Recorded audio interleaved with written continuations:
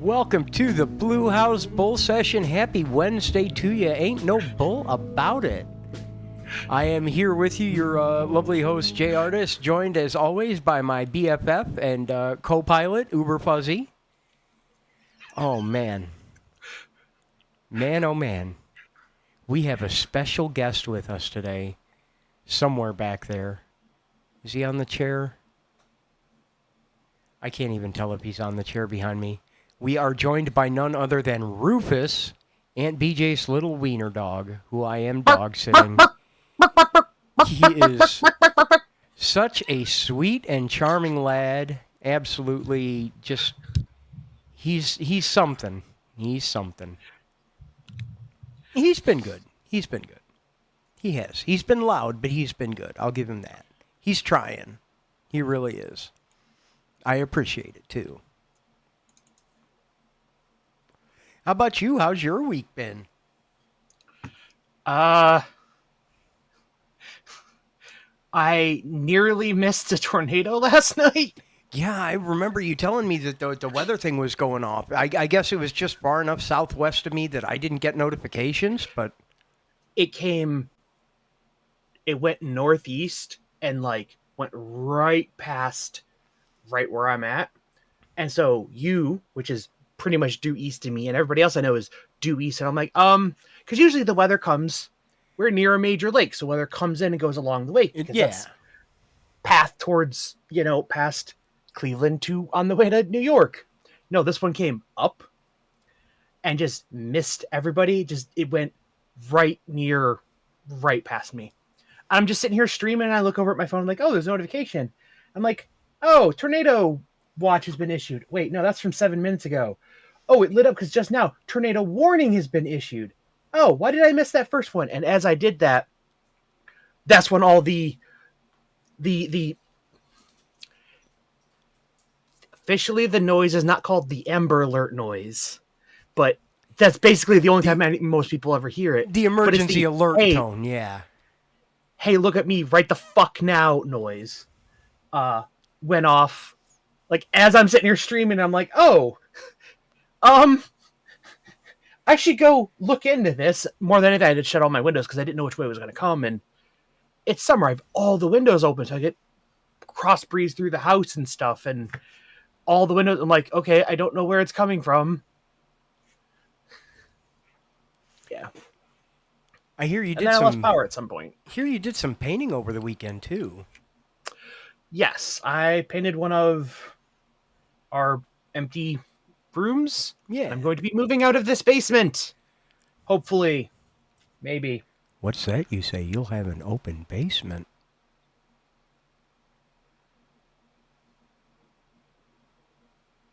No. Oh. It's worth a shot. No, more than anything, I'm going to be moving a lot of the stuff that's over on that side of the basement. Yeah. Out of the densely packed area and expand it over here to spread it out to be able to go through a lot more of the boxes. Because it's boxes from...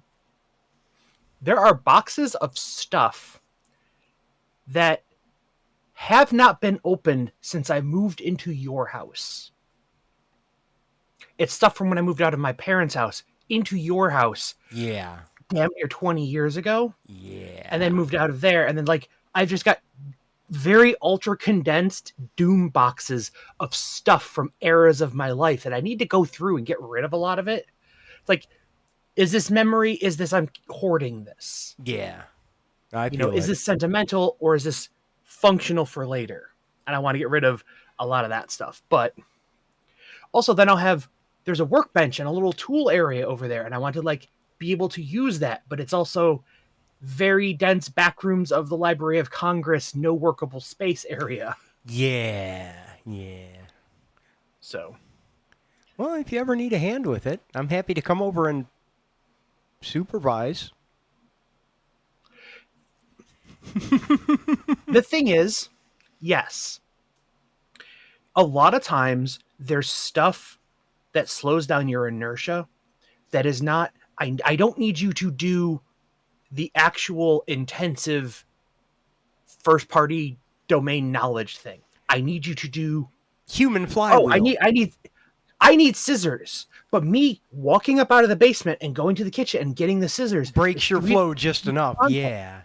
Right. If like I need scissors and they just show up. I need intelligent dumb hands. I need a Yeah. TaskRabbit to converse with me as I'm doing something, but also like go do the minor things that don't require actual knowledge to do. We do have much conversing to do in short order, too, so. And that piece of advice, listeners, also goes really great for programming. Yes.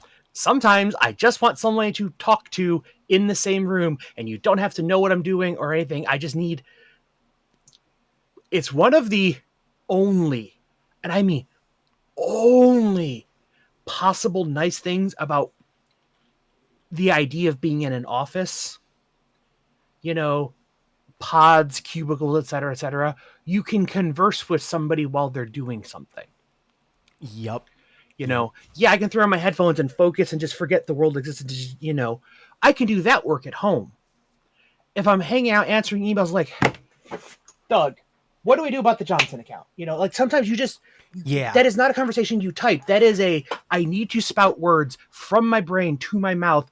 No, like direct feed, just water cooler conversations. This is one of the reasons I keep saying I dream of the day we're big enough to have an office. I'm not going to yell at anybody and say you have to come into the office, but I want the Hergel offices, when we get to that point, to be a place that you'll want to be sometimes. And sometimes you won't. Sometimes you'll want to be headphones on, head down, you know, hands moving a mile a minute because you're actively in the thick of it. And when you're not, come hang out and shoot the breeze, and we'll casual work. I've seen places that, in lieu of an actual office space, you know, like what's the one our friend used to work for, Regal or something? Yeah, I think Regal. Wrangle. It's something with, yeah, it's something with an R. They do leased office space. She was an office manager for that. Not I've seen people do is have they'll get a house because conveniently bedrooms exist. Yeah. Everybody can have their own office, Yeah. you know, and they have doors and they're well lit and climate controlled because you can just run the AC in the house, you know. And look, they have bathrooms, they have kitchens, they have refrigerators, they have a common space to sit and, you know, decompress at the beginning of the day. Push comes to shove, you have a room, you know, you can have space to throw a beanbag to just, I need to take a nap right the fuck now in the middle. I'm just exhausted. There's parking. You don't have to, like, when you add up the cost of getting an office space versus just renting a house for 3 or 4 programmers. Yeah. It's like, oh, dollar per dollar, it makes an unhealthy large amount of sense. Yeah. and if you have, you know, if you're not living there with all of your stuff, if you think about all the space in your home where you're storing your stuff. Yeah. You know, it's like, oh, I have stuff in the attic, or I have stuff in closets, or the basement is full of stuff. You know, oh, I've got boxes of memorabilia or old Christmas. You don't need to store Christmas decorations because you don't have to decorate it for holidays. Well, I mean, Well, yeah, I know. I'm just an entire. When you look at the amount of space that's in an average suburban, you know, detached home, they're designed to have a lot of space because a family unit living there collectively will have a lot of stuff. Yeah. When you eliminate, I only have to live in it like an office, all that space is a lot of valuable storage space. It's so much open space. Yeah. It really is. It really is. What if you had think of, like, okay, that room is essentially your office, right? Yeah. It's not your bedroom anymore. What do you do with the closet? We don't talk about that. It's storage. Yeah, I know. It's just storage, but yeah. Yeah.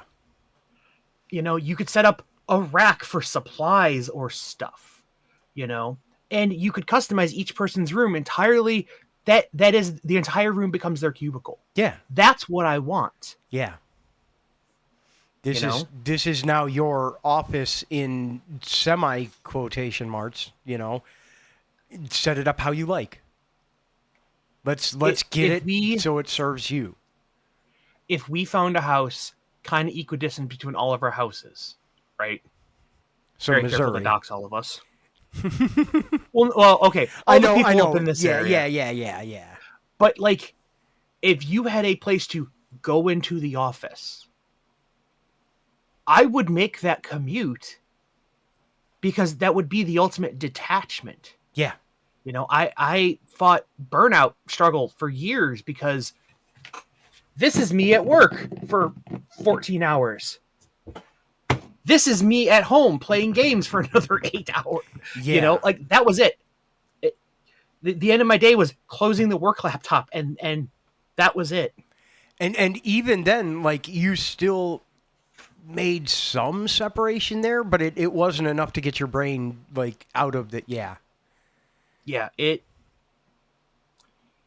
just the idea of going to a different house. Yeah. You know? I mean, hell, I realized the other day that I had to go over our friend Jeff's house, and I'm like, I have his address saved.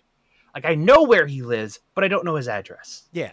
Because, like, phone numbers. Who remembers a phone? Like, oh, he's the greenhouse 4 houses down on the right side because I always come from that direction. I know where he lives. I don't know his address. I don't need to know. I have a device that remembers his address. But I'm like, oh, I have it saved in Waze. I will just hit that button and go to Jeff's house. And it took me there. And I noticed at the top they have a button for home. And they have a preset for work. And I had, for whatever reason, my work address saved there from the location in California. Yeah. Because it was to the office because the apartment was always near the office. So if I got lost in the city, I could hit go to work. As long as I got near the office, I know where I'm at. But sometimes, like, I don't know where I'm at. San Francisco is a big city. I don't know where, you know, it's like going to New York. It's a big city. I don't know what direction I am. If I hit go to work, oh, walk that way for 15 blocks. You'll know your area. Yeah. I changed it to your house. I like that. I am flattered. I mean, I suppose I And do as dumb always as it put you to sounds- work when you're here, too. Despite living around the street from him for most of our youth, and then living by proxy at his house for most through middle and high school, and then later actually living at his house with a bedroom and everything. Alone, yeah, and living alone at his house when everybody left, and then still continuing to live here. I've basically lived at your house for 20 years. Yeah. I still put the drive directions into your house. You know why? Because it knows data I don't. It knows if there's suddenly a road closure, if there's a highway on pass that's currently closed and I have to take a detour around, it knows that and I don't. Yup. My ex-partner laughed at me once because we were going someplace and I opened up Waze and I punched in home. It's like, don't you know where you live? And I'm like, yes, but we're not a place we normally go. I don't know what roads are going to be randomly closed between here and there. Maybe there's a faster way home than the faster way came home because now it's like that one off pass in Cleveland where you get off on the left, but like you can't get on, or the one by the mall over here where you can get off, but you can't get back on the highway. Yep. So if like my grandmother used to live over there, so you could get off on that street real easy, but to get back on the highway going the other way, you had to go like around the city to get on a different on pass and like a different highway on pass entirely.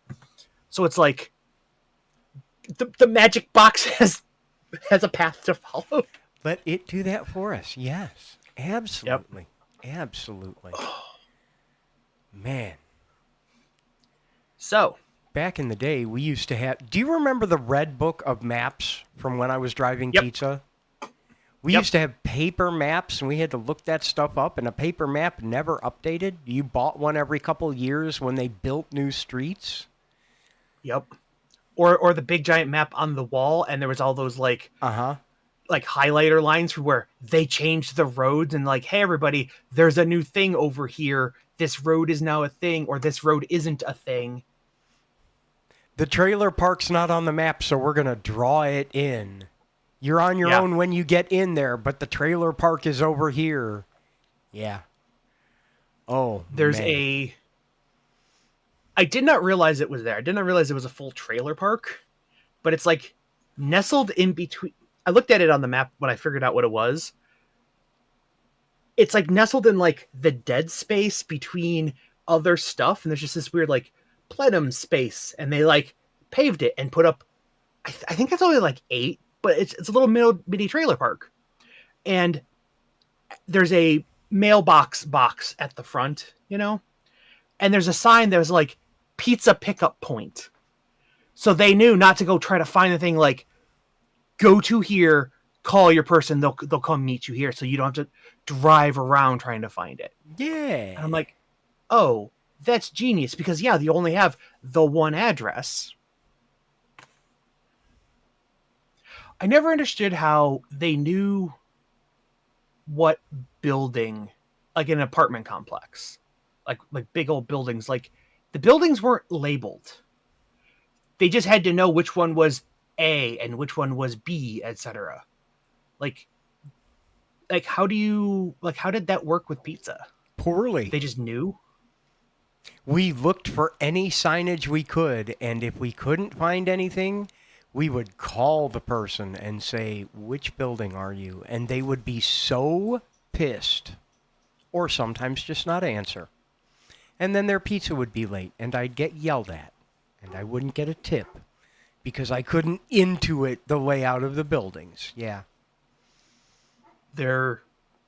I think it is Domino's, because they're the one that does all the weird tech stuff. You can order pizza to a GPS location.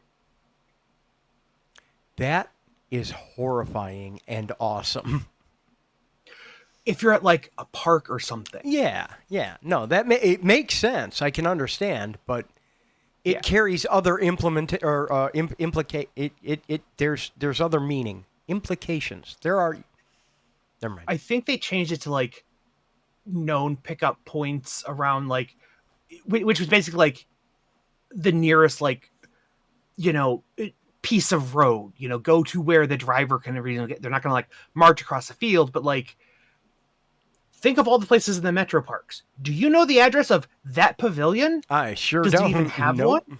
No, but if I say I am here, you can park here, like you can get to here easily. It is on a map. I don't know an address to put in to send to you. Yeah. And that's what it's used for. And it makes sense. It does make sense. Hey Jay. Hey. Your video's a little clearer than normal today. It is. I am proud to say that I have... I don't want to say switched, because that is not yet technically true. I have started service with a new internet provider. Since they are offering fiber in my area now, I have fiber internet. And all of my internal network is completely destroyed and ruined from trying to set it up incorrectly. And Fuzzy, please, I'm begging you, come help me. But the point is... I would have came over yesterday and just... As soon as the guy left, like, okay, let's fix this right. Everything wasn't like actually connected until like 9 o'clock though. And PM? yeah. Oh, okay. Like he showed up at 2:30 for my 12 to 2 appointment. The installs take a while, but they run a drop. Well. They hadn't run a drop to the house yet. The guy showed up to put in the box that goes from outside the house to inside the house and set up the thing, and we were waiting for someone to come drop the line to the house, and then that happened later, and then Okay. It happened in several disparate stages, but by the end of the night I had good working fast Wi-Fi as long as I used their network. Although that's a question I have for you later. Well, what the heck? I'll ask it now. This is me blogging with my best friend live in person. Mm-hmm. If I change the SSID and password to the current network's SSID and password and turn off the current network, will every device just auto reconnect to it? You may have to power cycle them, but yes. Okay. That will fix most Some of my Wi-Fi issues, at least. yes and no. The Wi-Fi box I brought you, I guarantee is going to have better range than the box because they probably put it down in the basement, right? Yeah. Okay. That other Wi-Fi box. One of the things I'm going to do is we are going to mount that other Wi-Fi box up on the wall in the other room. Um, but that'll definitely give you a lot better coverage because it has to go through the floor and it's fighting through the floor in the bathroom, which is extra dense Yeah. because it's bathroom floor. So yeah, but yes, you some things will automatically reconnect. Some things may have to power cycle because they only really do their intelligent part of Wi-Fi connecting when they turn on. Some modern things like computers, mostly phones and laptops will have this because they Wi-Fi a lot more. They may throw up a warning that says, "Hey, we're gonna like a Wi-Fi network that we have the password for. Its root MAC address is different. Yeah. This is we don't want to just say no, and we don't just want to automatically connect. You have to, as a human, choose one of these. If you know it changed, yes, hit okay. If you're sitting like, oh, the Wi-Fi went, oh wait, it came up different. You know, Well, you're getting like attacked or something. the most important thing to me right now, the most important thing right now is it'll fix all my smart home devices, hopefully. Oh yeah. Because Well, I can't turn my friggin' lights on and off anymore. um, do you want me to come over tonight and fix it? You're welcome, but please don't feel obligated. We'll see how I feel in another hour. Sounds like a plan. Nothing else shaking. If you do come over, I'm gonna ask you to borrow some money for. Actually, I won't need to ask to borrow money. I'll send you money. I'll send you money if you'll bring me a pizza. You live very close to a remaining pizza pan. Yeah. I can send you pizza pan money. Yeah. Sweet. Sometime this week we should get together, whether it is tonight or later this week, definitely. And when we do, if you come this direction, I would like to order a pizza pan pizza and have you bring it. I live too far for them to deliver, and I know it'll be not fresh when it gets here. That's fine. It's pizza pan. I ate 3-month-old pizza from under my bed from that place before. A 30-minute-old pizza is going to be fine. It'll be fresh. It's near the highway. I can pick it up and be on the that's highway true. in literally 30 seconds, and then it's 18 minutes to your house. That'll probably be quicker than most pizza places within your city. That is true. That is true. Other than the Domino's at the end of my street. But we that need every time to. I get delivery, they yell at me. They're like, dude. And you're like, bruh, as you limp back inside with your pizza until the door's closed and they can't see you and then you can stop limping. I would never. Besides, we need to get together today or this week so we can talk about the meetings I had today. Yes, Ooh, I fun, sort exciting of know what those meetings. were out. One was Jiggy and one was MC. You know what Jiggy's was about, and you know what MC's was about. I think I know what MC's was about. Is it about you the do thing know that's already going on? Yeah, you do on? know about what MC's is. Jiggy's was just me bulletproofing stuff before our friend Jiggy is on the front page of Twitch tomorrow showing off Echoes of Wisdom. Since good. there is a possibility he's going to have a huge crowd, I wanted to make sure the bot was up and bulletproof, and I was on a computer that you could connect to from your janky duct tape Wi-Fi network. No, No, I don't care if I can connect to it because I put up his page where he can edit the damn commands. And Well, no, that's what I mean. It's not running on just a computer at yeah. your house anymore. Yeah. And I switched it to using Torple from TMI, so I have the refreshing auth provider, so I don't have to like consistently the token expired on Monday. It was consistent that the token expired on Monday during dinner. And he would stream on a Monday and start yelling, Jay. And I'd get the DM from him that says, the bot's dead. You murdered it. Well, it's because you always reconnected it on a Monday. Yes, I have you could fixed fix that. By immediately going to Tuesday and disconnecting and reconnecting it again so it would expire on a Tuesday.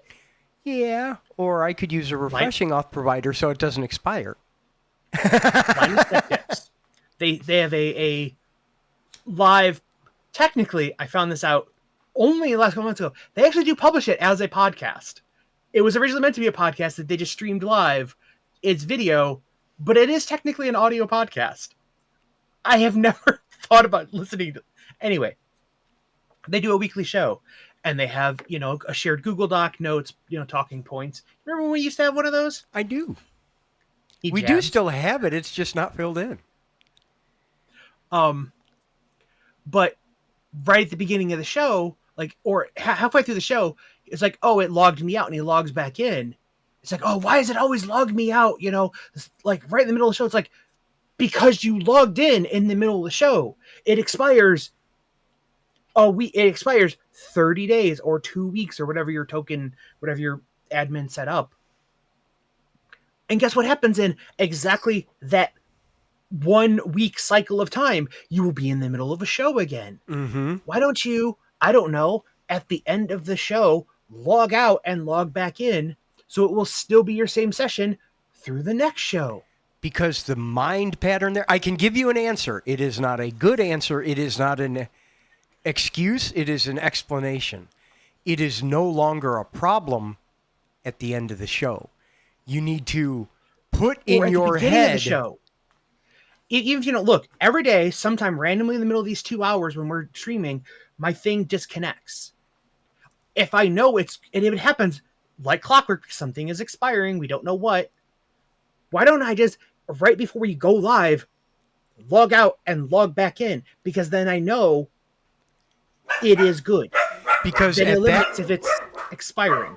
At that point, when it would be a good time to do it so that it stays not a problem, it is not currently a problem. It is you specifically, I won't say you uniquely, but you specifically have the ability to break apart that time component and say, this is something that is a problem, but I understand it recurs with this frequency. I can change that cycle, but that's you taking a step in your head to say, I am creating a problem. In giant air quotes, I am creating a problem. I am making an issue for myself to do this later. It won't technically be broken, but I am deciding it's broken at that point, so I will go fix it then. And that'll prevent it from recurring on the schedule. Most people, when the problem is fixed, it falls out of their head. I did that with something I had a monthly payment on, and you could adjust what day, but you could only make it shorter. Yeah. Like you could I will pay you in 20 days instead of 30. And then you pay 30 days after that. And I'm like, but you could only move it by up to 3 days. So you could I needed, because bank holidays or something, can I pay you a little bit earlier? Because I know this is going to fall on the weekend and my paycheck won't come through, whatever. Yeah. But I'm like, I can do this every month and I can move it 3 days up and 3 days up. And I slowly marched it across the month back into earlier in the month. Because my payment date was on the 28th or something. Until you got it to wrap? No, until I got it to be the 7th. Nice. Because I would get paid on the 1st and the 15th. But we had something, we did split payments. So we out of the first check or the second one was when the mortgage payment got taken out. And so all like the second half of the month we were broke, but then the first time we had extra money and they wouldn't let us do split payments or something. But it's like I just slowly moved it up to like the 7th, because if I got paid on the 1st, even regardless if it would happen on a Friday and there's a 4-day weekend holiday, there would always be enough Bank ACH cycle time, yeah. bank days that the money would be deposited and also available. So by the 7th, you're guaranteed, if you got money on the 1st, you're guaranteed the money's actually going to be usable. But like, I didn't want, like, don't take it out on the 15th if you get paid on the 15th, because that money isn't yours until like 3 business days has processed all the shit. Like, it needs to be many days after or many days before. Yeah. To which somebody very near and dear to me, I had to explain that's like, no, don't have your bills taken out on the same day as your paycheck. That's not how even with direct deposit, where it's literally guaranteed money. That's why direct deposits actually get deposited 2 days before that date to make sure that happens, but not always, because banks are dumb. And the US banking system is so just busted. Ratchet. I don't even want to say it's broken. It's somewhere between a nightmare and antiquated. What do the kids say? Is it skibbity? Is it Ohio? It is very much. It is very much skibbity in the bad way. How did we, as Ohioans, to dox us both, become the punchline? Well, I know how. Never mind. Hell is real. I know how. Grandpa's cheese barn. I've still never been there. Me neither. We should go sometime. My sister was ranting and raving about. I'm like, I'm lactose intolerant. I don't have any reason going to a place that their main thing is cheese. I mean, you could just take a fistful of Lactaid. Oh yeah. A friend of ours that I was helping with programming stuff recently. That narrows it down. I know who. Did not know that I was lactose intolerant. She came over to help me paint this weekend, and she's like, "Do you want food?" I had to stop at a gas station to get caffeine, and I'm like, "I'll take one of both." And she got one of those like protein packs, like, here is a cheese stick and some salted meat and a boiled egg, and I'm like, well, I can't eat the cheese. If you were to be in a closed room with me, I shouldn't eat the egg. I guess I'll eat the meat. It's a lot of salt though. She's like, what? Like, I'm very lactose intolerant, and the eggs, farts, if they're boiled, if they're not like hard cooked, like I get sulfur protein farts and stuff. She's like, oh my God, I've known you for 25 years. I did not know you were lactose intolerant. And I'm like, yeah, I didn't either until I was older. It took us a while. I had the shits all the time. Yeah. Because our parents cooked with butter into everything all the time. Yeah. And I'm like, do you remember when we were moving out of my parents' house and you were commenting on finding the little foil packets from like Imodium all the time?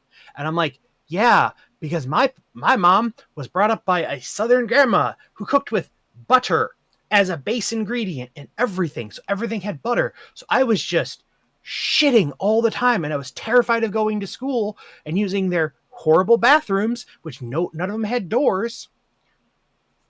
They took our stall doors away. I just started going in the teacher's lounge. I just pooped in my locker. Not really, but that would be a thing, wouldn't it?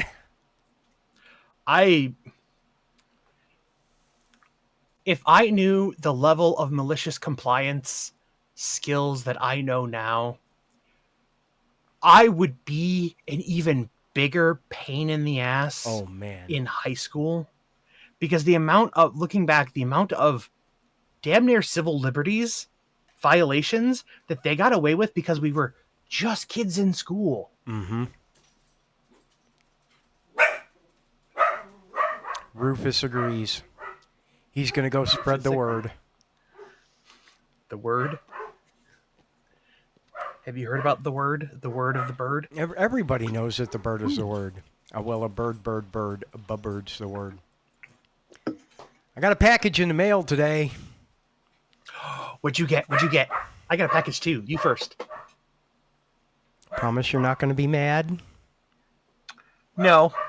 I got Javi. Oh. Did you get the new dirty chai thing? No! I got pumpkin spice instead. I ordered the dirty chai, and I got pumpkin spice instead. And I'm trying to figure out if that's enough of a difference to complain. You should. I at least want to ask about it, yeah.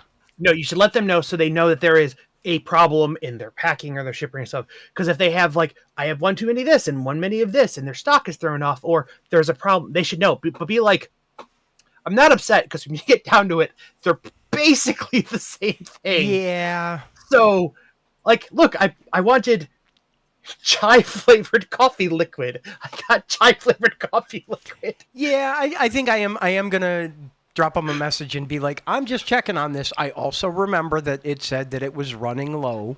And I know sometimes that's just a promotional marketing thing. But sometimes it is legitimately running low. Excuse me. So if I missed it by a couple hours, well, fuck me, I guess. But if it was an actual screw up, I blah, blah, blah. But I got that, the brownie batter, and the decaf, I think. Because I remember the decaf was actually pretty good. The decaf was great, and it was great when, like, you did not want... I wanted a coffee, but I didn't want to be awake. Yeah. But yeah, I picked up 3, and I'm going to see how fast I go through them and adjust, but I might keep it on subscription and replace most of the diet soda with Javi instead. Hashtag not spons yet. Ah, that explains. Reach out to me. Javi, I'd love to work with you guys. Put a up in the corner there. Yeah. Whichever direction one it of is. them. I think yes, on stream up there you could get a space in our rotator. Computers. You could get a space in our rotator. I'm just pointing that out. None of those are currently sponsors. They are all friends of ours. But you know, we're down to chat. Speaking of people we're down to chat with, we also need to chat about tantrum stuff. Yes. But both sides of that. Oh. I'm going to send out some designs internally to the team this week before I send them over to Alpha. But for our stuff? Yeah. Yeah. Okay. Especially if Danny, because of circumstances, has a little bit more time on his hands now. Oh yeah. So he's able to be more involved with things, and I would like to do that. But I do want to get the first couple designs out for that stuff. But yeah, you saw the other message about the tantrum thing, and boy, I'm excited to talk more about that, but I don't want to yet until the ink is dry on everything. The ink is dry on the contract where they are our merch partner. I can say that much. Tantrum Collectibles will be producing Hergel merchandise. More specifically, let's be honest, Let's Cafe merchandise. For the moment. Because the cafe stands are going to go rabbit over some, like, you know, thing. Look, if Jiggy can things I don't want to say out loud because we have... Yeah. If Jiggy can have a Jig F dog toy, we can have a Can-Do Can plushie. Oh, absolutely. Absolutely. And the design is stupidly simple for that, too. Especially if it's the exact same low-res pixel art thing, and we just blow it up and wrap it around the plush. It's a cylinder. There's no shape design. It's 2 circles stapled to a rectangle. Anyway, yeah, as we get that together, that's one of the reasons I've been I don't want to say dragging my feet, but I will say it anyway, on the merch designs is because of our other entanglement with them. I want to have something to take them on that as a show of good faith. Yeah. I understand they are completely disparate deals going on, but I will feel better if I say, oh, by the way, yes, that thing we were talking about. Here's some POC, and I don't mean piece of crap. Here's not an MVP. Here's a... No, wait. No, there's another word that they use instead of POC because that got co-opted by like 3 other things and nobody knows what those letters mean. Yeah.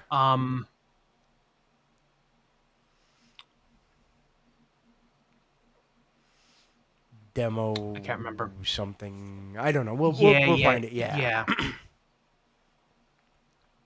But it's like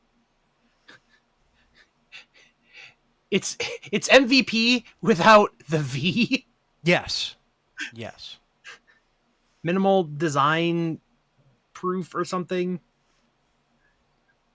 It's got a horrible acronym, but it's like basically here is we drew it. You know, here is your wireframe type. Yeah. Wireframe, but actually rendered toward like. Here's your. Yeah, this is what it looks like. Yeah. Oh my god. So I don't want to say a whole lot about this, but I want to mention it just because I want to make you laugh. Uh-oh. Highland is doing our big annual customer conference, Community Live. Yeah. And I watched the opening keynote presentation this week. Completely unrelated. Are you a fan of John Mulaney? Yeah. Yeah, very much so. Oh boy. Was it a hello, I'm new in town? No, it was more like what he did at Dreamforce. Oh. Okay. For those of you who haven't seen it, I highly recommend go look up John Mulaney's keynote, whatever, from Salesforce's big annual conference, Dreamforce, where he absolutely shreds the venture capitalist AI hucksters and how it's being abused as a trend. Can you pay AI to sit there in a fleece vest for you? It was brutal and honest. And those are things I don't like.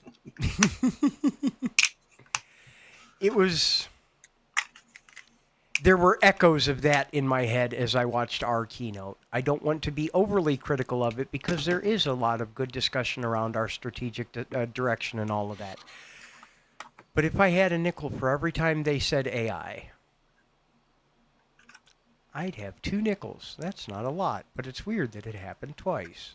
No, they really hammered on that button a lot. And from my view down in the trenches, I keep asking myself, yeah, but how? Where? I know what your business does. Yeah. And I could see how AI could fit into that pipeline. I really could. So can I. Well, okay. I could see how a large language model could fit into that pipeline. Yes. But the thing is, it has to get in a format that can be fed into a large language model. Yes. Your entire business is what that connector is. You are that business as a service. Yes. To feed into other things. Yes. That can't be replaced by it. That could be improved, probably. Now you are inferring, though, what our new strategic direction is without me having to say it outright. Is get your shit better so it could be just fed directly into AI. And if we sell ourselves not as a whole solution, but we also sell pieces of that pipeline separately from our single large monolithic flagship, the thing we sell is. did you see, I think that's called like Note Card or something. It's meant as a studying tool. It's a micro LLM that's just for you. It's a clean slate. You can take your documents and stuff, your notes or whatever, and you upload it into it, and it processes it, and it generates a 15-minute long podcast style interview between two synthesized voices, where one guy's the expert and the other's the listener, and is explaining whatever topic you feed it, and is like in podcast generates a conversation about the thing you are studying. In the thing I was watching, they did like, it was something about protein leaky valve kidney thing where like proteins leak through and stuff, but he's explaining it like conversational topics, and all they uploaded was their medical notes. No, I have not. I need to find this. And then like, it'll generate up to 15 minutes of audio in chunks, and it alternates whether you want like two guys talking or a guy and a girl, or which one's the host. Like, it can alternate random, or it could be, whoever's talking. But for people that learn better in a conversational, the people who sit in class and actually have to have the conversation from the teacher, this is literally just like, here's all your information, listen to it. No, I need to find it. And I'm like, oh my God, this is amazing. This stuff the stuff I would shovel into my head if I did not have to read it. Right? Yeah. Especially if like, it'd be perfect because you could consume that while you were going to the gym. You could throw on your podcast about brain proteins or something while you go get your 15 minutes on the treadmill, and you're doubling that time. Yeah, I'm going to go study, but like some of that's going to just stick in a different part of my brain. Right. Yeah, that's neat. See, there are so many not evil uses for this technology. There are. And that is a great example of it. But everyone just wants to generate digital apes and put price tags on Google's them. It's by Google. It's called Notebook. Google's Notebook LLM. Notebook LLM. Okay. Yep. Yeah. Let me put that on my list. But I'm thinking like, there's a lot of stuff even as a software developer that there's stuff I want to get into doing, but I have no idea how to start. And everything I read is like already, it's like, they assume like some base knowledge. Like, how do I get started on this? But if I just could hear people over talking, listening to this, but I don't know anybody around me, it's the copycat syndrome, or what was the Ghost in the Shell thing called? Nope, I'm not getting it either, but I know what you're talking about. I just can't think of it. Standalone complex. It's a circular Ouroboros like copycat problem of, if everybody's copying somebody else, but who was the original? But in the right size, you can get that chain started with no original. Mm-hmm. It just spontaneously starts, and then somebody that's how some of this information, like, I would love to get stuff like that in my head, but like, it's stuff you don't even know. It's like, how do we learn this? Like, well, how do you just jumpstart, bootstrap an entire new knowledge set in your brain? You listen to people talking about it. Yeah. 100%. And because it's generative, I can throw in the same notes and ask it to generate another, and it's going to be different, even if the same source material. So it may pick a different part and focus on that, or present it in a different way. And that's, for my brain, a whole nother conversation on the same information. How long until that sort of thing? Think of that like at the college level. Mm-hmm. The professors won't have to do their presentations. They're gonna be the prompt crafters or whatever that make the stuff for their class based on, they prepare their notes and they get to do the lecture, but like, feed those notes into a thing and let the machine give it. Don't even give the presentation and then like record it and post it online so people who weren't there, like, no, let me just use you as a source of truth, but I don't want to listen to you. Especially with, and I'm saying this in the most loving way, some teachers just have a voice you cannot listen to. Either it's too monotone. Dennis Wysocki, God bless him. I wasn't going to say his name, but yeah. Amazing individual, fantastic human being. I could not stay awake in a single one of his classes, and they were things I wanted to learn. Yeah. But when he was teaching, he had a voice that just lulled you to sleep. Or, please don't cancel that. Very intelligent people that come from other countries that have very heavy accents. People for whom English is not a first language, yeah. Or it's a first language, but they learned it in a very localized way, and it's very heavily accented because they learned English but stayed in their country, and they're just like, they talk in a certain way, and you cannot understand them. There's a level of processing that your brain has to do when the language is modified from what you're used to. If it is an accent that you are not familiar or comfortable with, there's a spike in your brain's processing power to, I don't want to say translate, but that's the closest thing I have. Yeah. To it's a processing overload. Yeah. And that overhead rather takes away from your ability to absorb the information. It does. But if like I love this class and I love this material and you're a very intelligent professor, I can't understand you. Like, okay, here, boop, I'll generate a podcast in English from my notes. Especially when you're talking at a room. When I have a question, I'll come back to you with the question. When you are addressing all of us in a big echoey lecture hall, I'm going to pay attention to something I can process a little easier. And then I'll come back and discuss it with you. I want you there to facilitate. Yes. But lecturing may not be the most effective way. Oh, there was, I'll make this quick before the ad break comes. Yeah. There was a group of students that, one big lecture hall, and they had one shared Google document, right? So you can all like live collaborate. And they were taking notes on the lecture.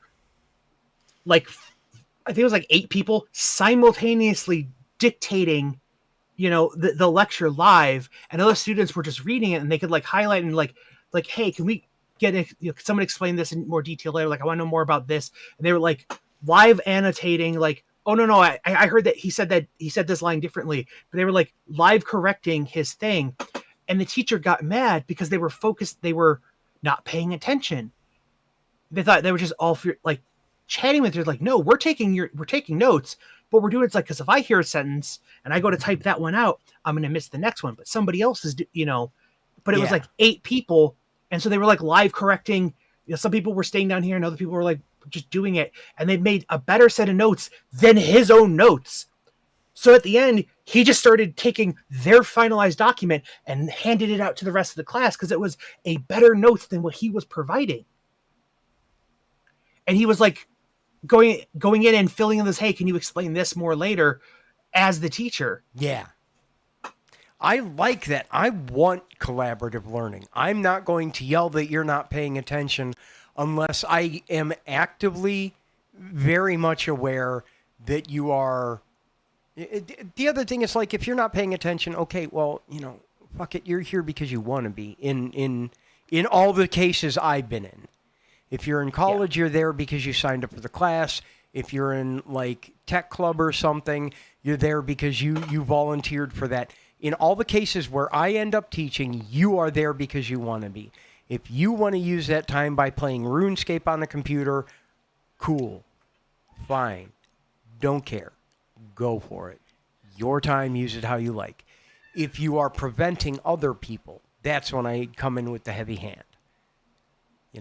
Or, throw a desk at somebody.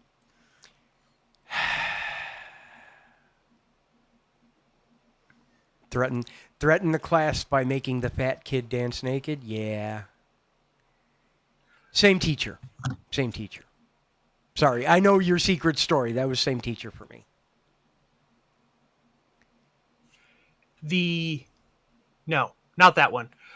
I don't think it was one we went to, but a teacher threw a desk at somebody, and like one of those big, desk things, and it broke off a chunk of that 3/4 inch plywood, and the kid kept it as like a trophy. And then, yeah, no, the one with mine was Zaki. He took a broom and smacked it on the desk next to where the kid was sleeping. Yeah. And the kid woke up startled enough he fell out of his seat and hit his head. So he did not hit the kid. I was there. I watched it. I was a witness at the tribunal at the board office because everybody's like, "Oh, he hit a kid. He hit the kid in the head with the broom." It's like, no, he hit the desk like 2 feet away, but it was loud. Like he knew how to hit the broom flat, so perfect belly flop. You get the smack effect, and that was enough to. Yeah. As opposed to our favorite math teacher, where if you fell asleep in class, he would honestly, albeit gently, ribbingly, ask if you wanted to go lie down by the window. And if you fell asleep near the end of class, he would have everyone leave quietly so you could continue to sleep. And you know what? Back at the time, I thought it was kind of a jerk move, and he just tried to pass it off by saying, if you fell asleep in my class, you must really need the rest. But you know what? As I get up there in years a little bit, yeah, if I fell asleep in your class, I needed the rest. 100%. I appreciate that now, coming back to it from my years of experience afterwards. How did we fall asleep so goddamn easily, too, in those desks? Hunched over at an angle that the body like the most unergonomic design and the hardest wooden thing, and we just passed out. School started at 7:30. We usually stayed up till 2 or 3, and our bodies were growing, so they needed extra rest, and we were only giving it 4 hours. Plus, we went to the gym for an hour every day.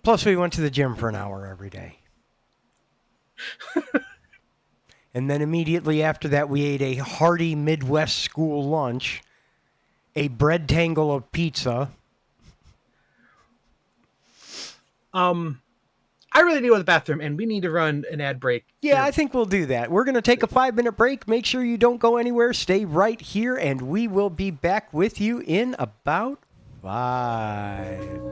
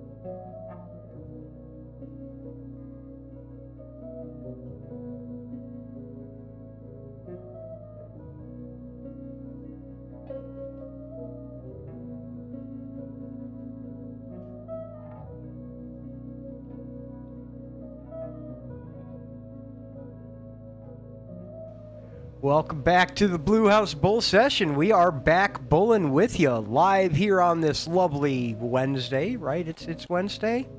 It is Wednesday. It is Wednesday, my Tuesday. dudes. Every Wednesday is somehow a Tuesday.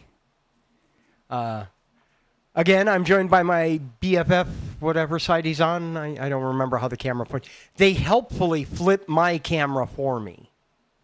Thanks. On my view, I'm on the guitar side. Yeah. On your view, I'm at the window side. On my view, you're on the guitar side. The problem is, in real life, the guitar's over there. But when I'm looking at the screen, it's... Hi, Rufus. So, you work for a Microsoft house, so you use Teams. Yes. Because I've seen it on your computer. Yes. So you guys don't use Zoom. So We I don't know do if use Teams Zoom. this. Oh, that's right, because it's Teams. Teams meetings are atrocious. We use Teams for chat and Zoom for meetings.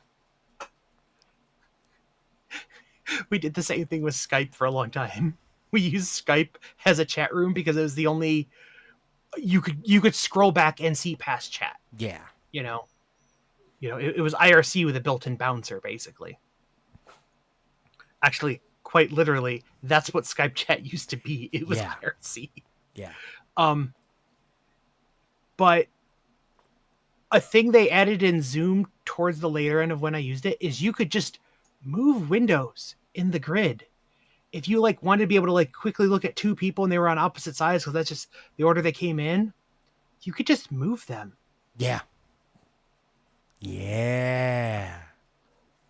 Or if you keep instinctively looking to one side because that's where your face is, but you want it in the middle, just move it. Move your window near the center. And so if you're looking at that, you're looking closer to the camera. It's like people didn't know you could just drag the windows around. I had a coffee stain on my hand.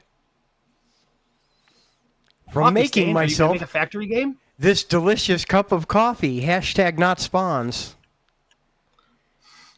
The free gift this month was a travel mug.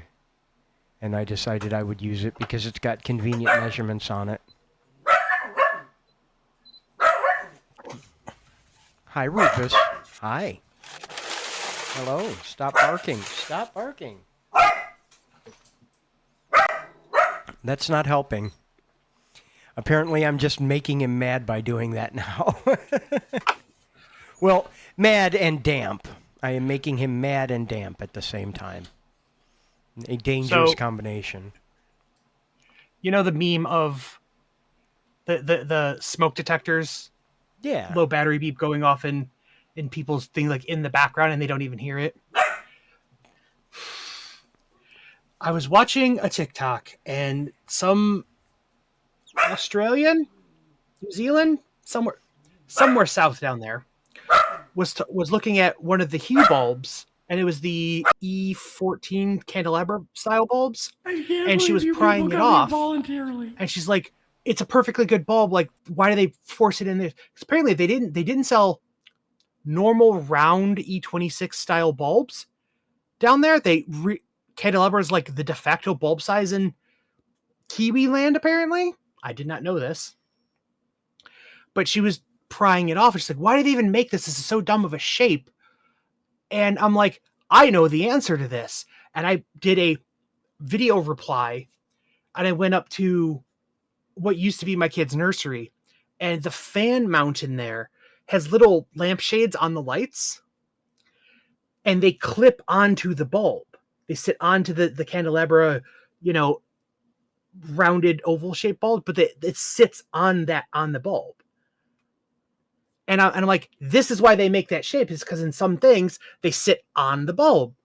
Just a little 5-second video reply because I didn't want to try to explain it because otherwise you wouldn't understand. What do you mean sits on the bulb? But at the last second, right before I hit stop, my cat had followed me in there and he's meowing at me because it's a cat. They wanted something, right? And it was this perfect little meow because I'm talking. So he's trying to talk back to me. And it was like the perfect little smoke detector, chirp background. And somebody was like, wait, is that a cat or is that a smoke detector? And yeah.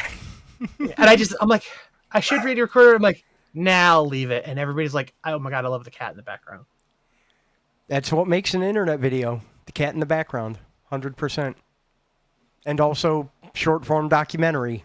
Piece of useful trivia. You've got the algorithm cracked now. Time to make $1 million.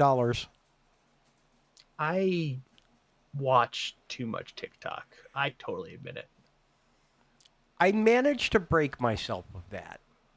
I did for a little while, and I managed to break myself of that. I watch too much Twitch. See, that's the thing, is I watch too much media in whatever form I'm currently watching it. If I'm sitting here watching stuff on Twitch, I will go from stream to stream to stream to stream for hours and hours and hours while I'm doing stuff. If somebody sends me a YouTube short, I will sit there and scroll through shorts until I hear birdsong coming out the window, and I'm like, I didn't even do anything all night. I just sat here scrolling. If I'm sitting on the toilet or the bed, like, I will just go through, and it's like my brain just craves consumption. I will say I have been playing too much Minecraft, and I know we've had this discussion recently.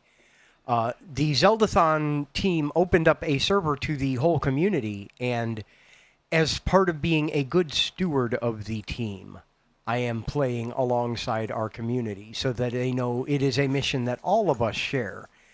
I also just plain like vanilla Minecraft, although I really want to get into modding more, and that's a whole different discussion. One topic at a time. Modding or playing modded? Modding. Oh, okay. I think I've mentioned some of my dumb little ideas I want to make. And I think that would be an interesting thing to do development streams for, just as practice. Mm-hmm. Just for kicks. I'm going to learn live on stream how to write a Minecraft mod. Well, okay. So 2 things there. There's two very different things you could mean when you say a mod. There's a lot of stuff you can do through the newer systems with like the resource packs, and you can override right logic loops and stuff like that with that, and you can add a lot of content to it just using their built-in system. Or do you mean like an actual Java version? You're going to compile a jar mod something like that. Okay, so something with like for Fabric or mod loader or something like that, right? Yes. It's one of the big. No, I'm hip to, you could Fabric or Forge or whatever, but yeah, there is overhead in those that I would not have to do at the beginning. I can build a package and load it in my local install of Minecraft. Mm-hmm. Or I can get a mod manager and write a package in the proper format for that mod loader and do the overhead of setting it up for that as well. The overhead is download the base Gradle project, open that, save as. That's the overhead. They have a starter.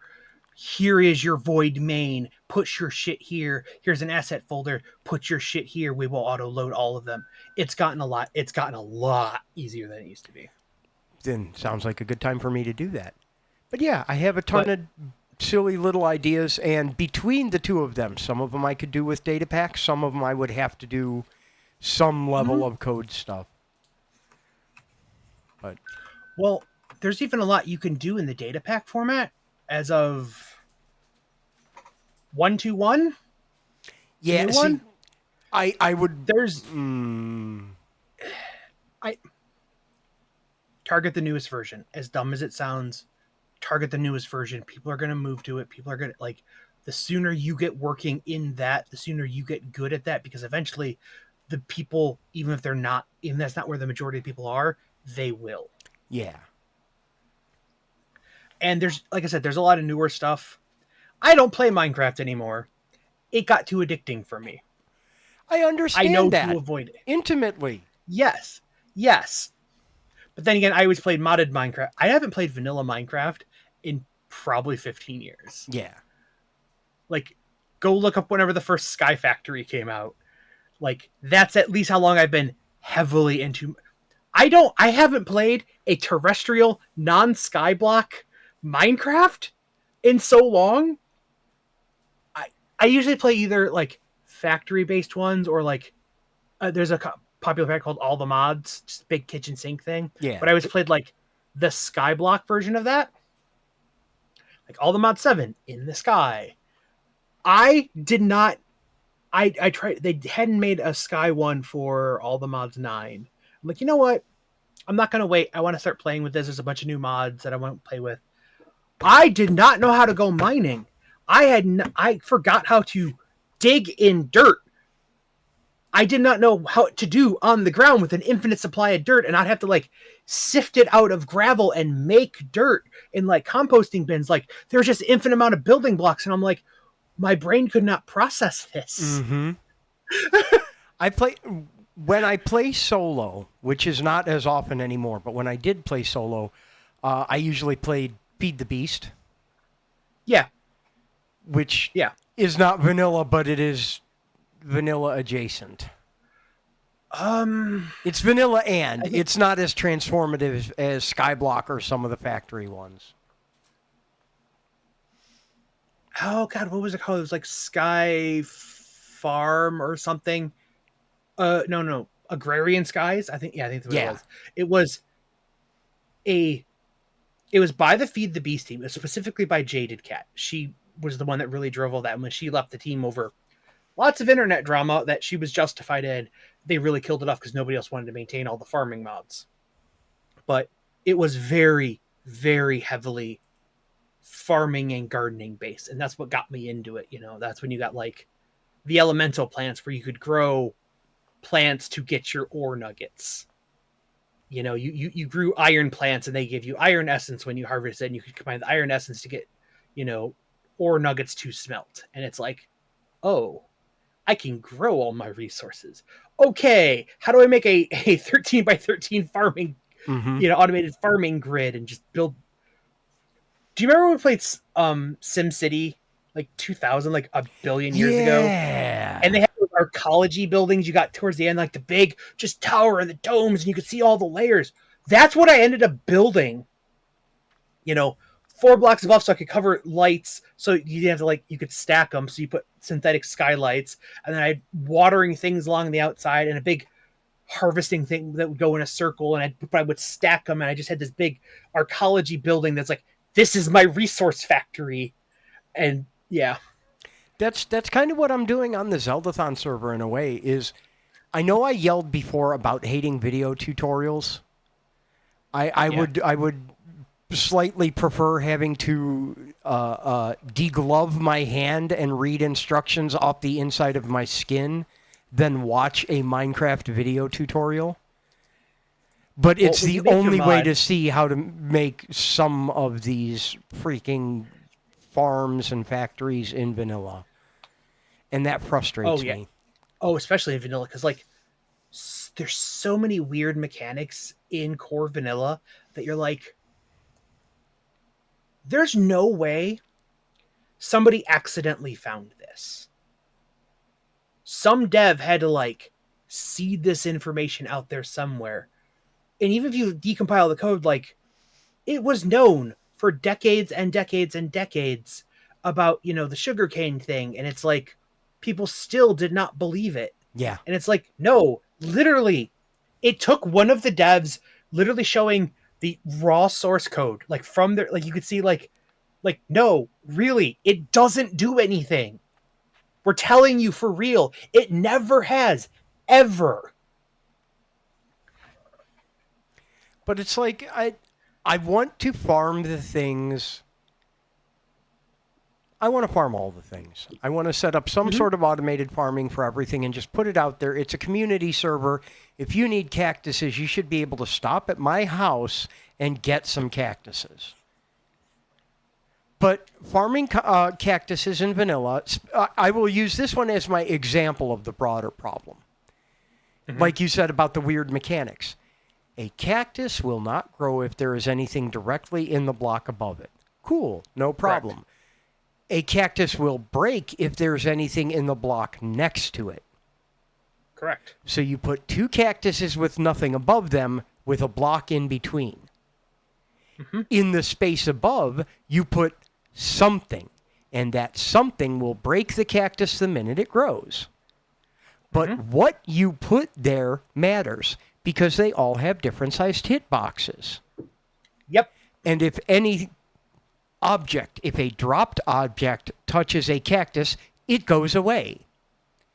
So if the top part of the cactus breaks and it falls onto the bottom part of the cactus or onto the neighboring cactus, it's gone. You didn't farm it. It ceased to exist. Put a hopper.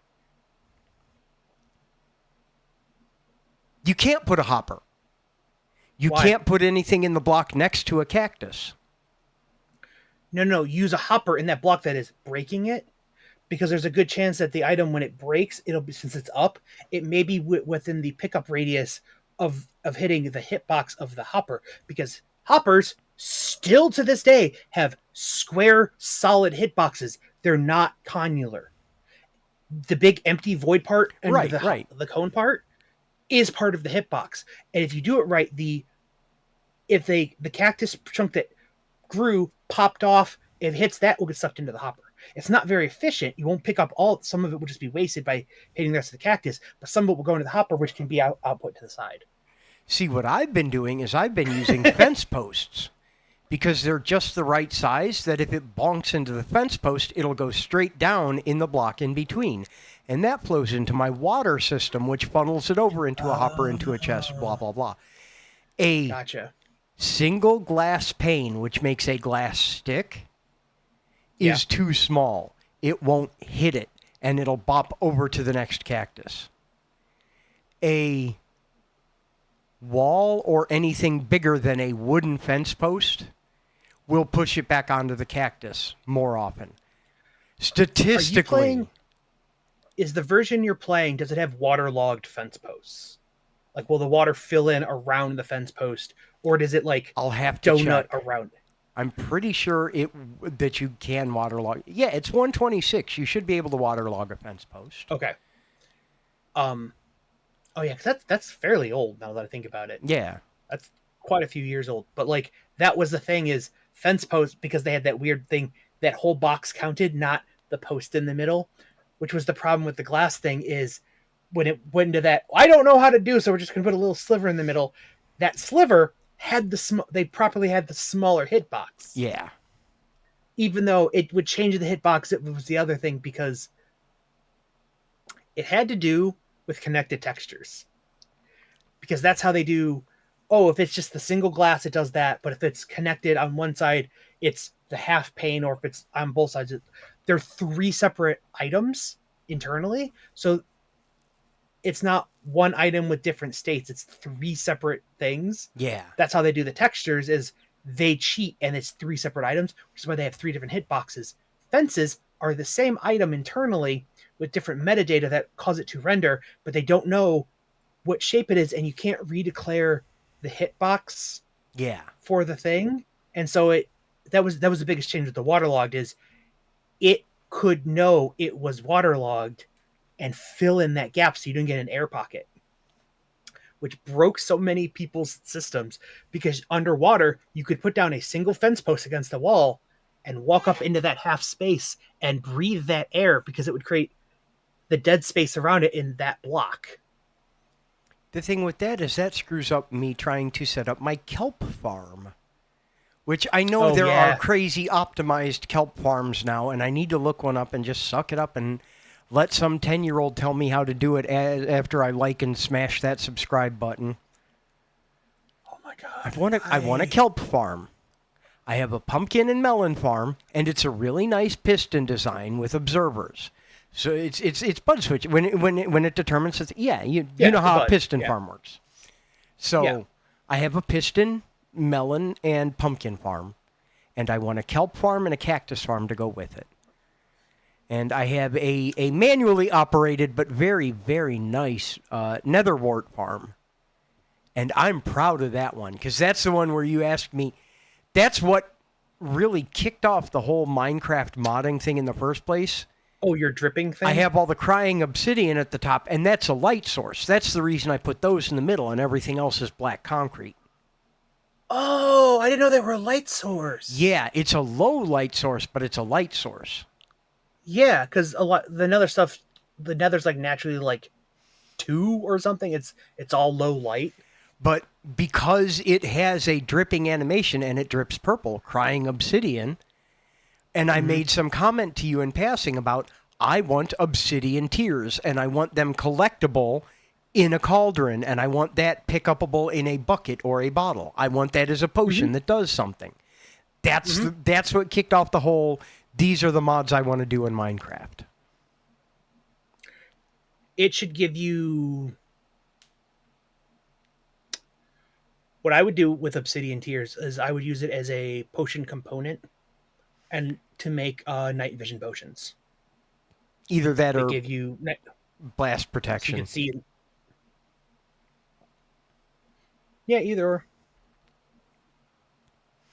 Why not both? You could either drink it direct. You could either just run it through a thing with an empty bottle to bottle it. And if you drink it, it's night vision. If you run it through with Nether wart, gunpowder, yeah, gunpowder, whatever.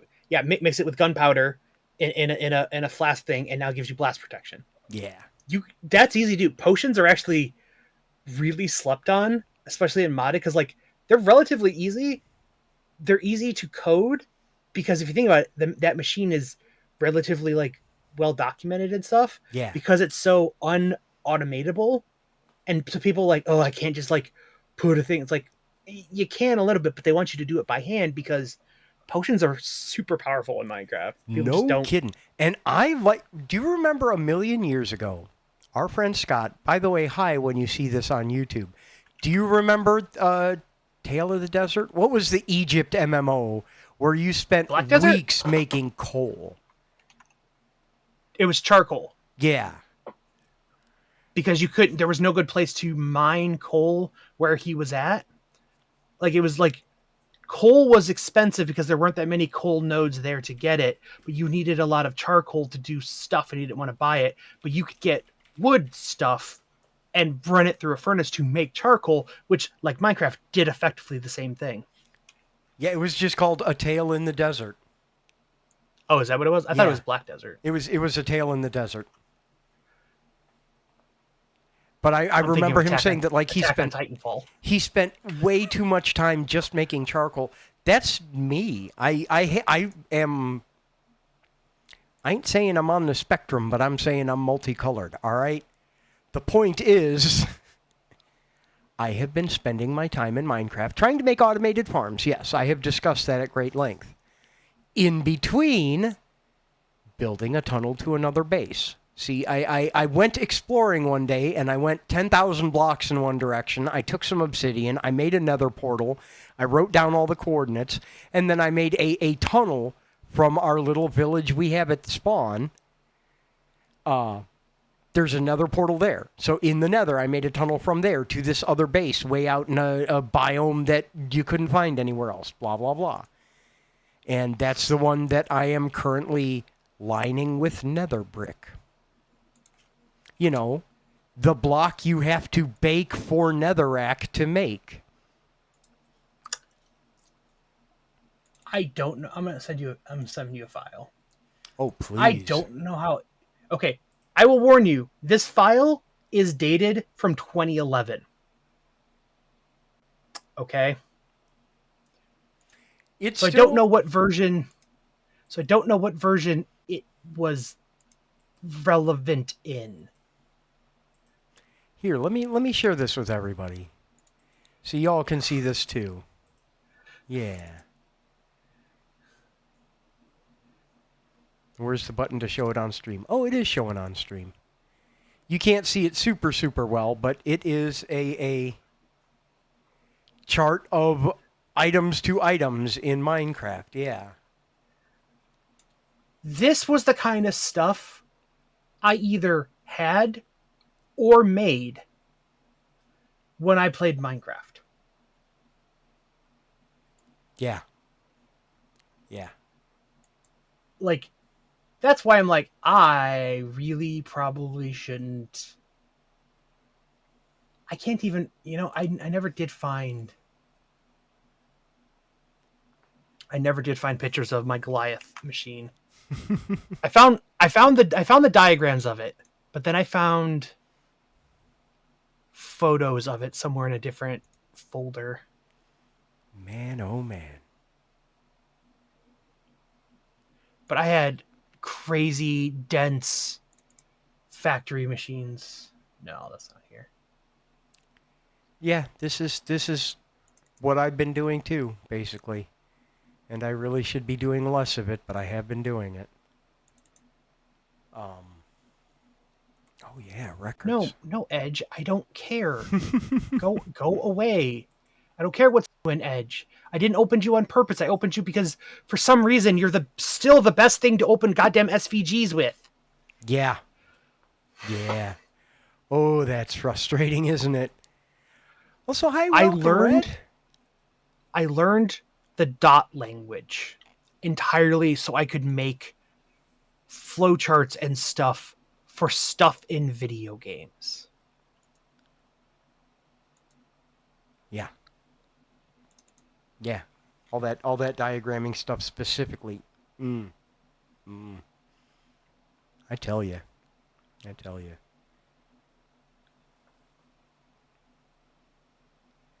But yeah, I've been lining this tunnel with nether brick, and I have been mining an entire chunk because I want to build an obelisk from bedrock to build height. Just one solid rectangular chunk of some block. My desert monument in the middle of the Badlands. Can you use fill commands? No, There's a because command to do that. I didn't opt to be a mod on the server. Oh.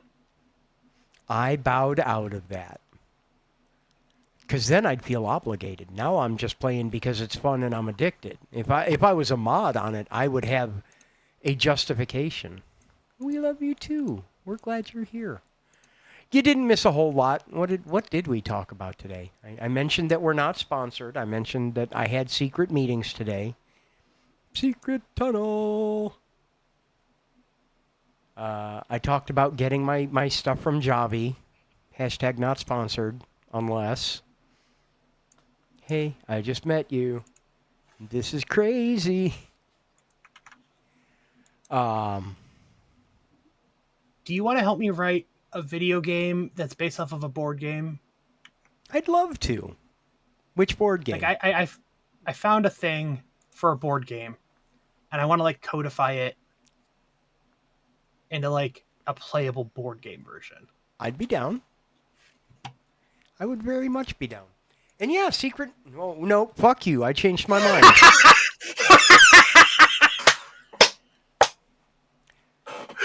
I saw.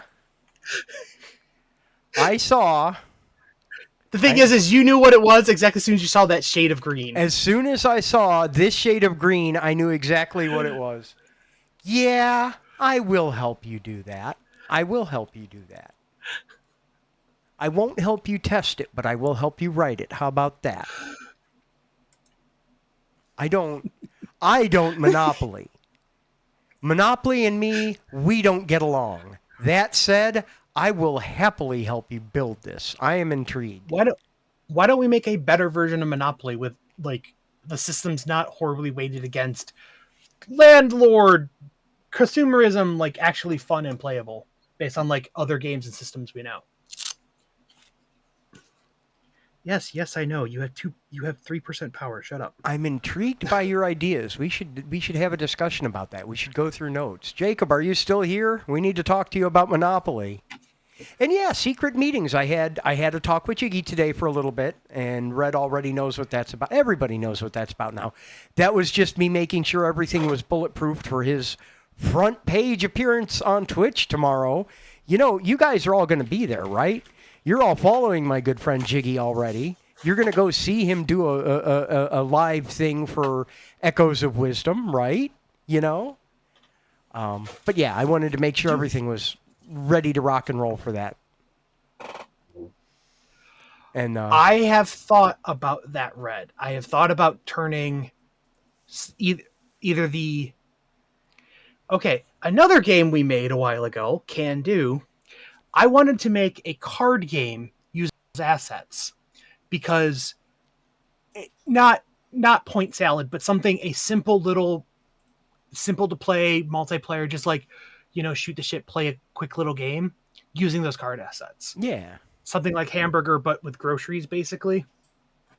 Get a couple of the ingredients and then we had to make an entire cooking game, and I'm like, oh, we could totally do this. Yeah. Where instead of trying to build a hamburger, you're making one of the recipes. And now that we have better, the art assets and stuff, like, we could do this. It's going to take a lot of work and playtesting, but like either a card game, because let's be honest, it's really easy to make a card game. You throw the proof sheets at a thing and get them printed, and they package it. Game maker, card maker, whatever what's the place you use to do? Yeah, the game crafter. Discard and draw. The game crafter. Game crafter. But making cards and packaging them is an easy process. Coming up with the game is the hard part. We did the thing. We did in reverse. We made a video game. We're trying to turn it into a physical game.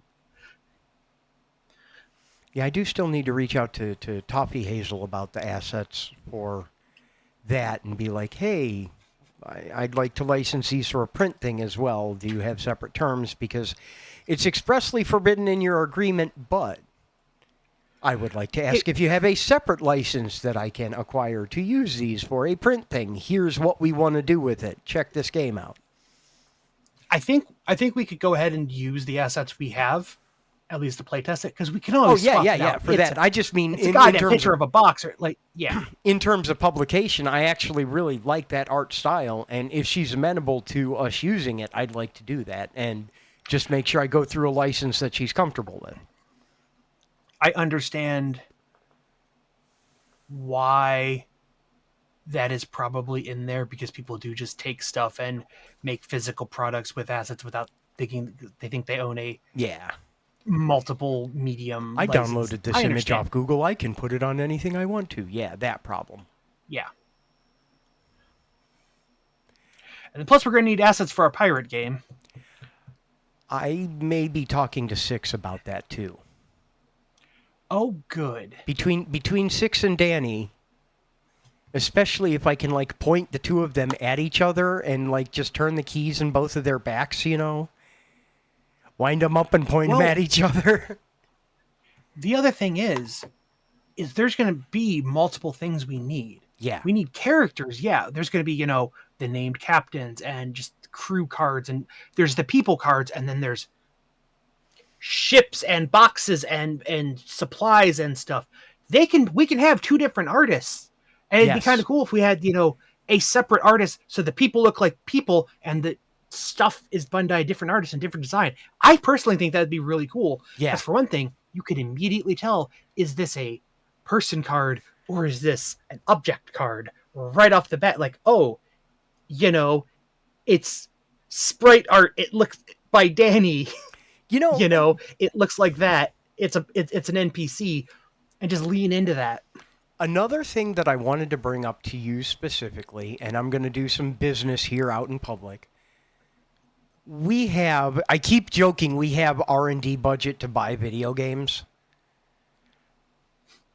I kind of want to buy Sid Meier's Pirates for everybody. I kind of want to get that for the team and be like, this butt.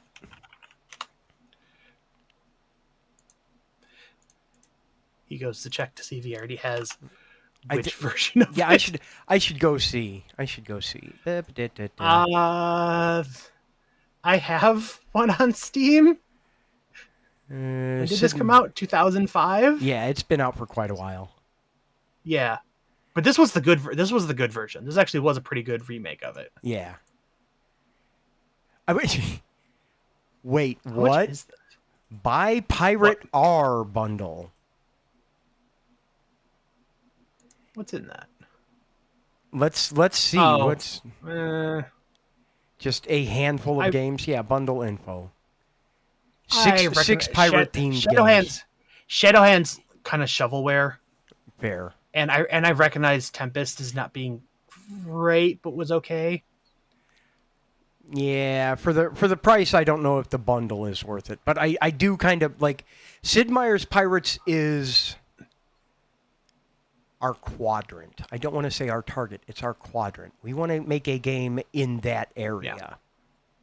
Anyway, the other secret meeting, just before I forget that thought, was with MC. We'll come back to that when I'm allowed to come back to that. But it was with MC about a thing we're doing for him.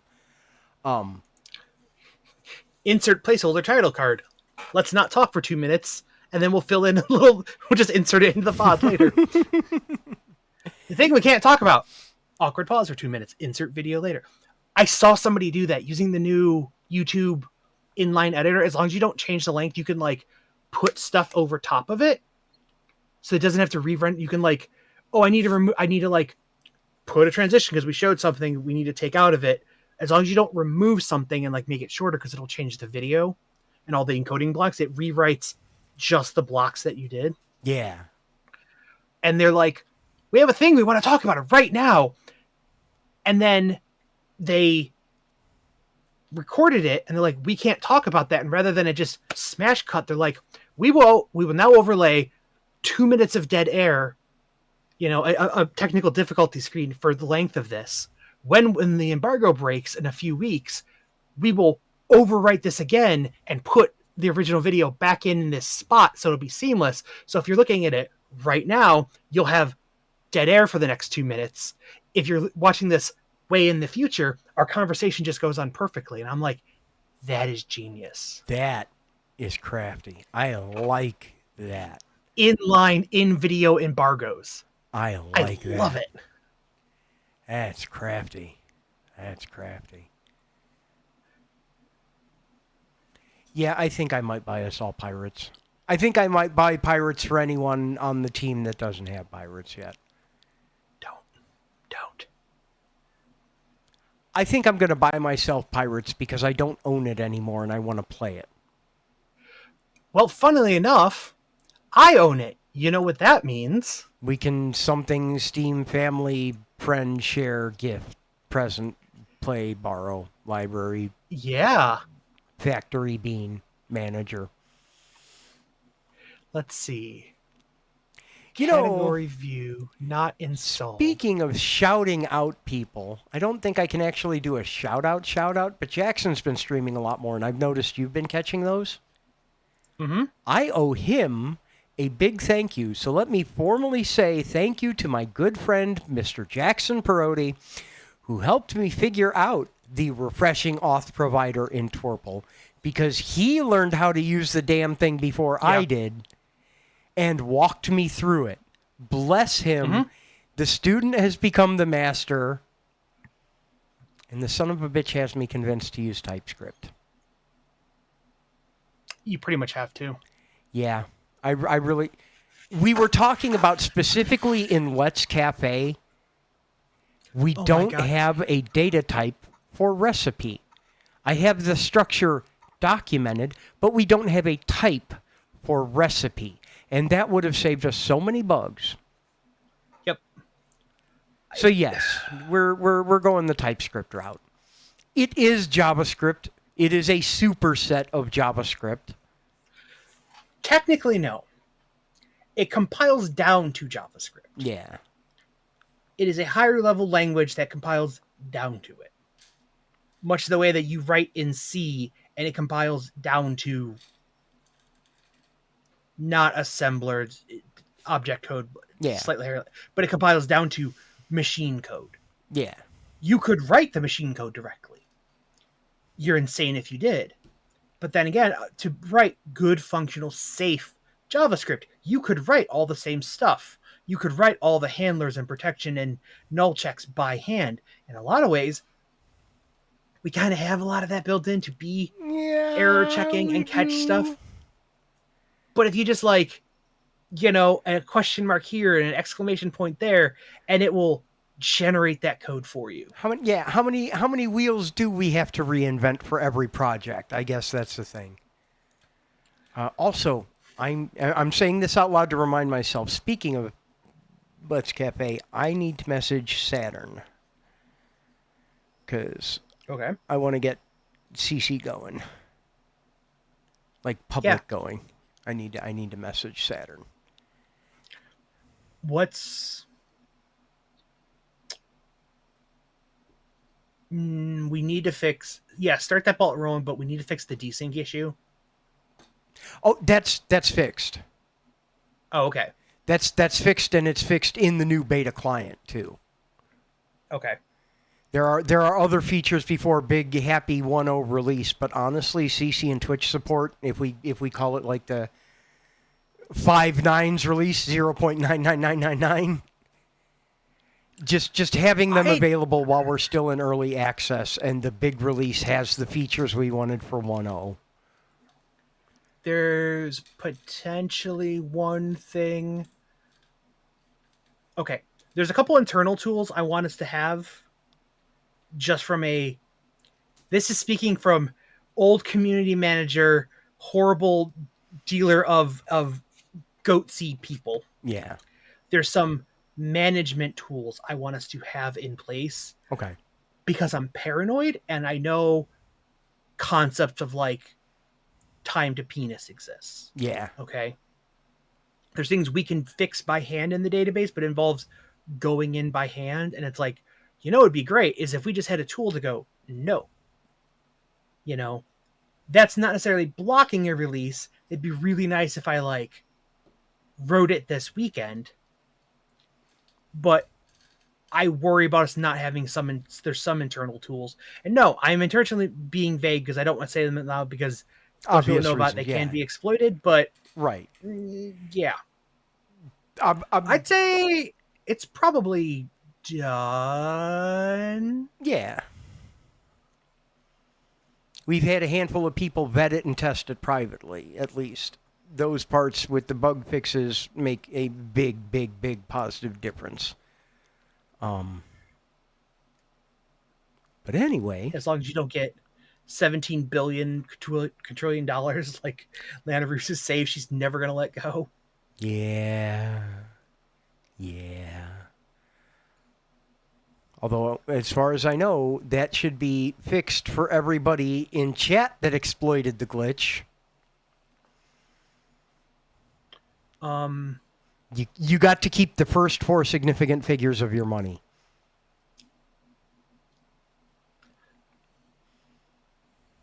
That was what I ended up doing. Yeah, I think it's. Yeah, I think it pretty much is 99% done. There's a few internal tools I would like us to have just. Yeah. In case certain things blow up a certain way, especially with more people playing with like crowd control and stuff like that. Right. Hey. We need to double check a few NPC things just to make sure they all work properly. Right. Load up a copy with the debugger enabled so you can like force NPC on next customer to get them all to show up so you can actually test all of them all the way through. Give me Magic Infinite money and Magic Infinite, supply so I can do all of make all their things and make sure all their stories go all the way through. Yeah. Because I don't think we've actually tested that. I think individual ones we have, but we haven't really tested all of them. I'll sick our testing team on it. Cheese man. Yeah. And do we have the stuff for the Steam cards ready to go? No, but we're still not eligible. I know we want to do that immediately as soon as we're eligible, but we're still not eligible. I didn't say, are they done? I said, do we have the assets ready for them? No, we don't. Because we'll be eligible once we launch it. Think so? Oh, yeah. You just can't get it for... We will be eligible for them. They just don't want you to have, like, crap out $1 crapware game that nobody buys just to get cards, because you can turn cards from a junk game into gems, turn gems into booster packs to get from other stuff. You can make shovelware out there to generate cards that the cards don't matter. You'll never make the sets. Yeah. Or people will do that to buy the sets for like a penny and boost their because every time you make a badge level, you get experience. Yeah. And you can go and find $1 games, play them on a bunch of on your horde of Steam accounts, take your 3 free cards over there, send me your main thing, get the badges, and rack up additional Steam levels, which don't really do anything. It's just a giant measure of EP-ness, but the Steam trading card ecosystem is terrifying when you dig into it. Little bit. Yeah. I think we get a cut of that when they sell on the marketplace too, but that's a whole different. Yes. Yeah. That the market fee, that like extra penny or whatever, or it's like some marginal like 1 penny or on higher cards. It's like it is a percentage, but it's a minimum of like penny that goes to the developer. Yeah. That's why I'm like, bro. No, I feel it. And then there's also stuff we can put in the point store. Yeah. All those Steam points you get for buying stuff, you can buy. We can have things like backgrounds or stickers or emotes or profile frames or whatever. My Steam profile now, my frame is from that flowchart resource game we were playing, Master Plan Tycoon. Yeah, if you look at mine, it's a little animated brick and the water animation and the brick going around it. And I'm just like, nice. I think that's going to replace the Vaporwave neon. Yeah. Where is my view profile? Yeah. I am level 52 on Steam. After we wrap the show in about 3 or 4 minutes here, can I hang on to you for 5 or call you on Discord or something? You want to play 2 video games together really quickly? Sure. I have to show you what I showed MC today. Oh, for the secret MC thing. Yeah. Yeah.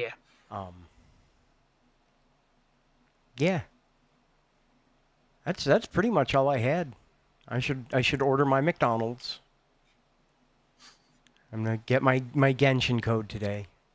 Oh yeah, I gotta send you that one. Ooh, yay! I realized you don't have to get the whole Genshin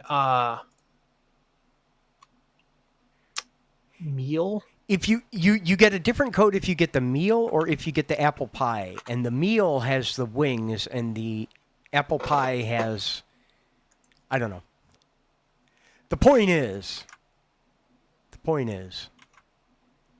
meal. Okay, then I think the other one I sent you was for the full meal, and this one should be for just the apple pie. Okay. Yeah, Sweet. The first one was the wings, and I have an apple pie code for you too. Sweet.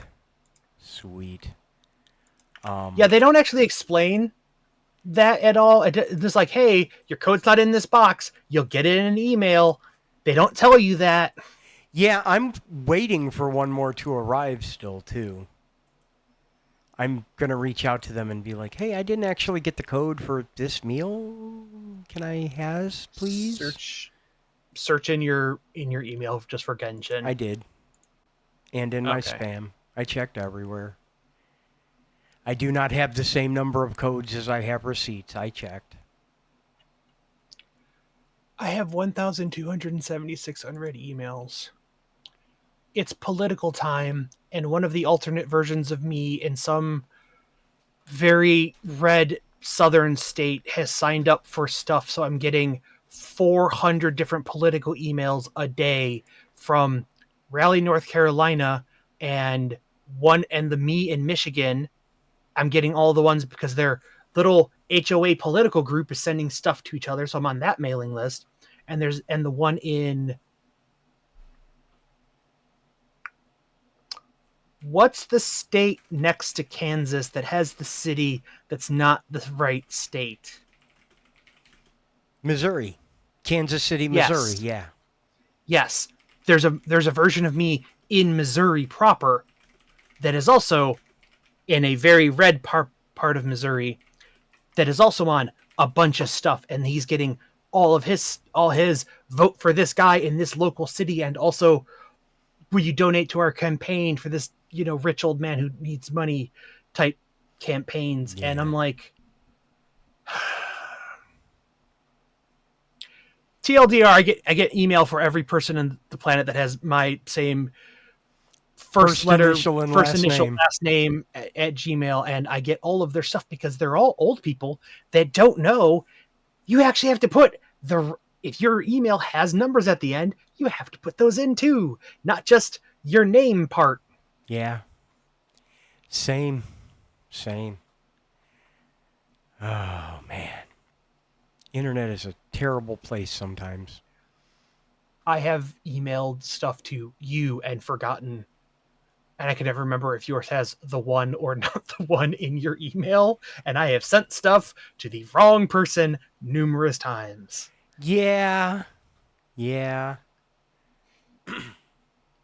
Matt's off by one with an underscore, but damned if I could tell you where it is. I don't know why they allow I don't know if this was like a Twitter specific thing, but I think allowing underscores at the end of a name should be illegal. You can have them in the middle all you want. They cannot be the first or last character. Just, yeah. Yeah. That's just asking for trouble. It is. Data validation is difficult, and people do not make it any easier. Much Fun love fact, to you. Have a wonderful evening. in the email system, you know what the only thing that's actually invalid on the left half of the @ sign? An @ sign. No. There's actually a way to escape the @ sign. You cannot have 2 periods adjacent. Yep. That's weird. It's Yep. neat, but that's weird. It's one of those mailbox.sysdemon things from like the 80s. I remember reading why. It's like, why is this? Like, well, it used to do this thing, and it was dumb because file names and extent. It had to do with the way addresses were actually accounts on systems. And it would do things weirdly because it would split like at the period basically, and it would only, but if it like did another part, it would split it into 3 chunks instead of 2. So like, well, if we split by period, we don't want to bother to like look for this because of like, oh, split by period, you'll get 3 chunks instead of 2, and then the second one's a null because it's like there's nothing in between, and it's like, well, we'll just make, you can't have 2 periods adjacent because file name mailboxes and stuff. And it's like, that's up there with like our roads, our missiles are the size they are because of Roman wagons. Yeah. Level of just turtles all the way down of bullshit. Yep. All right, well, that's enough learning for me for today. I think we are just about ready to call it a show. Thank you all so much for being here. I have had a whole lot of fun. I hope you have had a whole lot of fun, too. Remember, join our Discord. That's the best way to keep track of what's going on. Join the Hergel Discord if you want to be appraised to what's going on with the games and all of that fun stuff. Pick up Let's Cafe, etc., etc. I think we're going to go crash it on Jiggy. Go tell Jiggy, wish him luck tomorrow. Tell him Hausenbeinbrook. Tell him break a leg. Tell him front page of Twitch is going to be amazing for him. So He'll be fine. Let's go shower some love on our good friend Jiggy 11. And until we see you again, be safe, be well, we love you. Bye.